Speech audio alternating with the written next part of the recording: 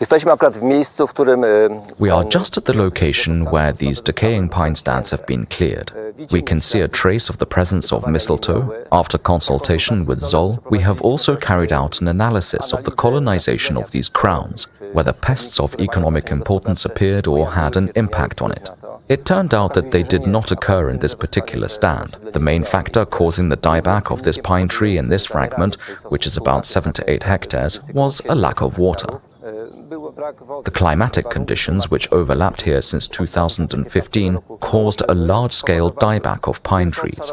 We have been very fortunate here because the stand, the second story of which is exposed, is the beginning of a new reconstruction which will be implemented in fact just over the next year.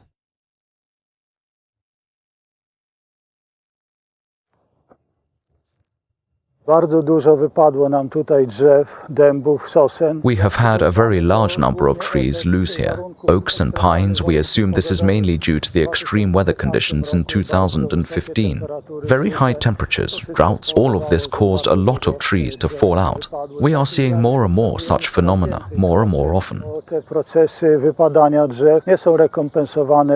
The process of tree loss is not compensated for by the process of new trees growing up, if any. Then species which are more tolerant of drought, such as hornbeam and maple, appear, while those species which are more demanding in terms of humidity disappear.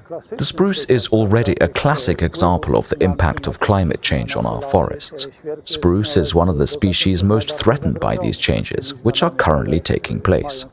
The scale of the problem is enormous and is constantly growing, and at the moment it is difficult to expect the situation to improve in any way. Ssaki są zwierzętami stałocieplnymi, także zmiany klimatu, które obserwujemy, nie wpływają tak szybko. Mammals are warm-blooded animals, so the changes in climate that we are observing do not affect their population so quickly. In other words, these changes are not as spectacular as, for example, in the case of insects, amphibians or reptiles. Nevertheless, we can find many examples where we are already observing the impact of climate change on mammals. Perhaps the most obvious and well-known such species is the wild boar. If we have mild winters and little snow cover, then wild boars have easier access to food. They can nuzzle, dig into the ground, and the snow does not hinder their movements. So they are animals in good condition, and the winter death rate in wild boar is certainly much lower. This is why we are seeing an increase in numbers in this species in Europe. Hibernating species, i.e. species that go to sleep for the winter, are certainly an interesting example, such as bears and badgers, so the time of hibernation and winter sleep is shortened. There are places in Poland where whole tree stands are dying back. Particularly vulnerable are those that have developed in depressions, valleys of larger rivers, and smaller watercourses, the so-called hydrogenic habitats. These include swamp forests, boreal spruce forests on peat, alder swamp forests, including peat swamps, and riparian forests.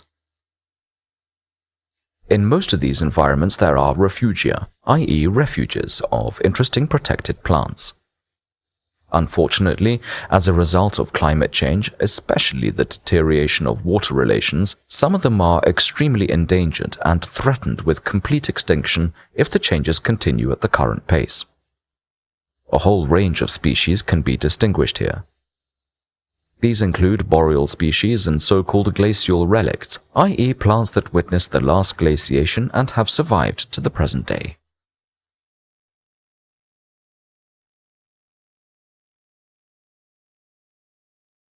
Rozwój każdego torfowiska jest zależny od ilości wody. The development of any peat bog depends on the amount of water, and in particular on the level of groundwater. The lowering of this level by a reduction in the amount of precipitation causes the expansion of shrubs and woody plants, which in the first place transpire water and in the second place penetrate the peat layer with their roots, introducing atmospheric air into the peat and accelerating the decomposition of the peat, which has been stored there for thousands of years. Riparian communities in our conditions are connected with fertile and moving flowing water, and most often occur in the vicinity of watercourses, rivers, and here we have such a watercourse in the neighborhood, which was reclaimed in the 1960s due to the scarcity of grasslands. In the areas adjacent to the forest, there are meadows where the production of green mass was increased, but it did not remain without influence on the surrounding forest. its structure has changed, especially with regard to the undergrowth. This is related to the lack of annual flooding and the lowering of the groundwater level. Roli torfowisk na świecie i ich funkcji, jeżeli chodzi o magazynowanie wody. The role of peatlands in the whole world and their function in terms of storing water, carbon dioxide and other greenhouse gases could be discussed for a long time. But let me just give you a few figures, namely that the entire surface area of peatlands on Earth is about 3.5 to 4.5 million square kilometers, and they retain about 30% of all carbon stored in ecosystems on Earth, up to 650 gigatons of carbon dioxide. In addition, other greenhouse gases such as methane and nitrous oxide are also retained here, and it should be pointed out that nitrous oxide has a negative impact on the climate. Działa negatywnie na klimat nawet 200-300-krotnie. That is even 200 to 300 times greater than in the case of carbon dioxide. Zmagazynowany na świecie. The carbon dioxide stored in peatlands worldwide is actually twice that of all forest ecosystems on the planet. Dlatego tak podniosła jest rola tych torfowisk. That is why the role of these peatlands is so important. Of course, if they degrade, if they dry out, if the peat decays, then such peat bogs act as huge emitters of these particular greenhouse gases. In our latitudes, peatlands with undisturbed water relations have a high capacity to sequester carbon from the air, due to the fact that peatland vegetation has little decomposition potential, as it dies and thus accumulates carbon. However, as these peatland systems are very sensitive and vulnerable to disturbance, drainage or climate change, they can reverse this process, resulting in the release of carbon dioxide from the peatland surface.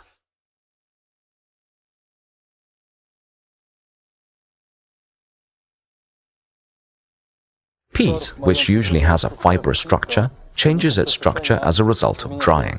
This structure gradually changes into a dusty form, which can be seen on the cross-section of the deposit where we are. In the layer close to the surface, we have a large admixture of mineral parts and decomposed organic substance, which releases carbon dioxide undergoing further decomposition. Dwutlenek węgla ulegając dalszemu rozkładowi.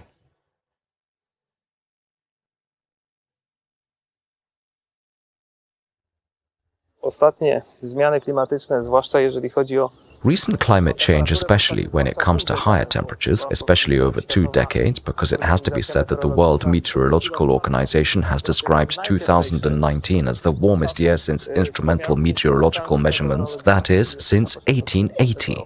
Peat bogs are also suffering. As far as Polish conditions are concerned, around 850,000 hectares of forest land have been reclaimed. chodzi o torfowiska wysokie, przejściowe, a nawet i niskie.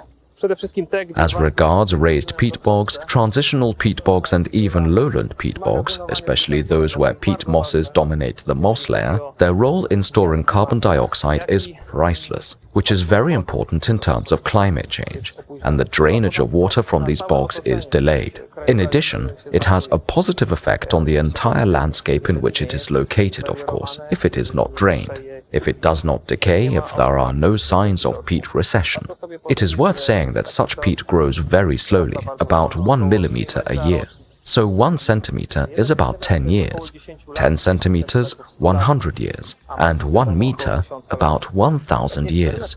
You can do such an experiment here. I've got a little stick here. It's a bit of an open area here. teren trochę odkryty. It could easily have gone in further, but it is about 1 meter, maybe 90 centimeters, and we can assume that this peat bog is 800 to 1,000 years old. Można domniemywać, że to torfowisko ma 800 000 lat. In fact, it was created then, and maybe it is even older. It grows very slowly, but degenerates quickly. The succession changes are very serious here.